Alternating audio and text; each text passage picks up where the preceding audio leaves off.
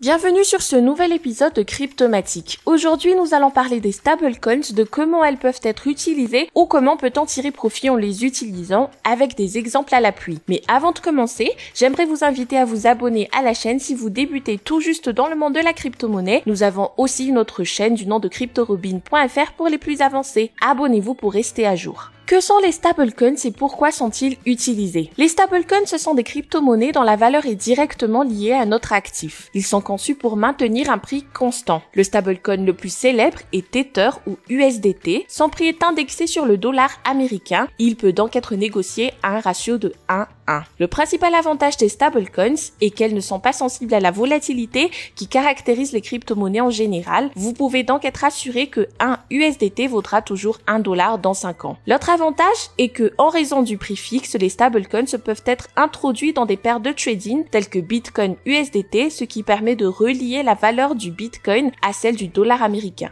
Il existe principalement 3 types de stablecoins. De 1, ceux qui reflètent le prix d'une monnaie traditionnelle comme le dollar ou l'euro et fournissent des liquidités grâce aux réserves de liquidités. Dans ce cas, nous parlons de stablecoins adossés à la monnaie fiduciaire. De 2, le stablecoin dont le prix correspond à celui d'une monnaie traditionnelle grâce à des mécanismes décentralisés sur des blockchains qui permettent aux utilisateurs de générer des jetons stablecoins en utilisant d'autres crypto-monnaies comme dépôt de garantie. C'est l'exemple du DAI, ce sont des stablecoins adossés à des crypto-monnaies. Et le troisième et dernier type est représenté par les stablecoins qui utilisent d'autres produits de base comme garantie, à savoir l'or, le platine, etc.